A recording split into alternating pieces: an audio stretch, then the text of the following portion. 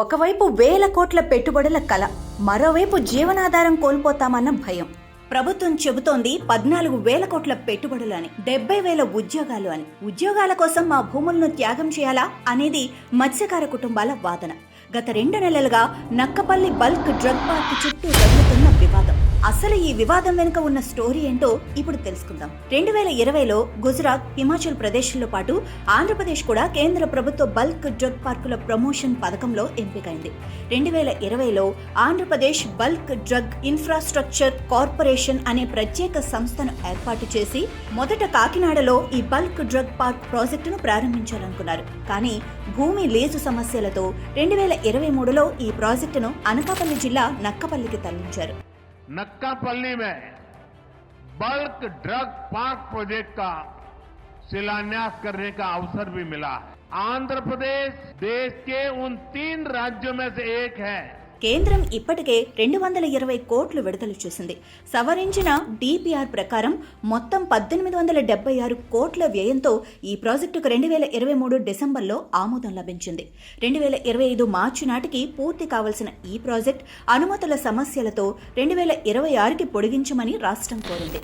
ప్రభుత్వం కాగితాలపై వేల కోట్ల పెట్టుబడులను, వేలాది ఉద్యోగాలను చూపిస్తోంది. కానీ క్షేత్రస్థాయిలో ప్రజల కళ్ల ముందు కనిపిస్తున్న వాస్తవం వేరు.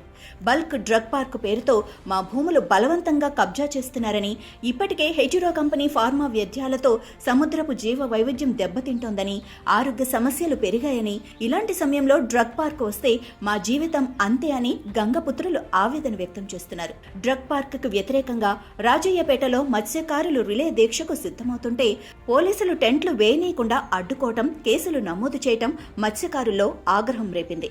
హక్కుల కోసం పోరాడితే సమాధానం కేసులా, అరెస్టులా అని ప్రశ్నిస్తున్నారు. నక్కపల్లి ఎంఆర్ఓ ఆఫీస్ దగ్గర ప్రజాభిప్రాయం జరుగుతుంది బల్క్ కంపెనీ గురించి.